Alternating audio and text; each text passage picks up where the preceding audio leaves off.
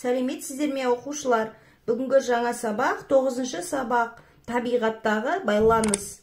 Терек пен қабығы. Мысал.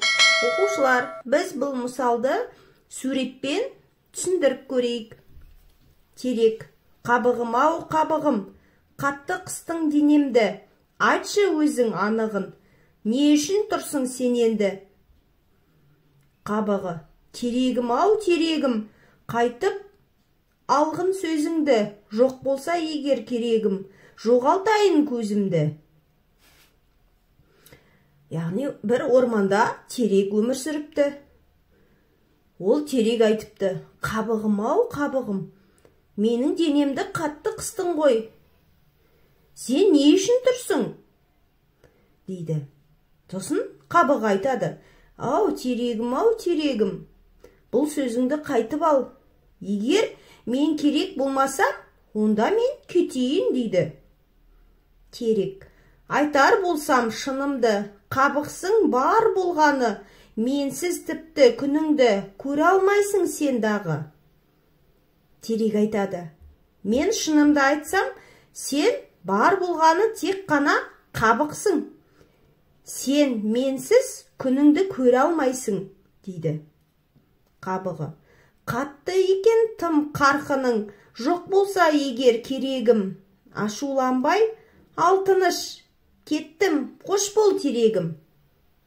Қабық айтады: қатты кеттің ғой, егер керек болмасам, онда тыныш ғана кетейін, қош бол терек, деп кетіп қалады. Кенет терек үстінен қапа болған сол қабық сыпырылып түсті де жатты жолға қамданып. Теректің үстінен қатты ашуланған қабық сыпырылып түсті де жолға шығып кетті. Болмай ауыз бірлігі, қабық кетті өкпелеп. Осылайша бір күні қурап қалды көк терек. Сорасы аққан көзінің, жасын көрсең бүгінгі, қателігін өзінің, терек кештеу ұғынды. Терек пен қабықтың ауыз бірлігі болмады. Яғни екеуі бір-біріне керек емес деп ұрса берді. Сөйтіп қабық өкпелеп кетіп қалды. Осылайша көк терек бір күні қурап қалды. Және көзінен жасы ағып, жасын көл қылды. Терек өзінің қателігін кеш түсінді.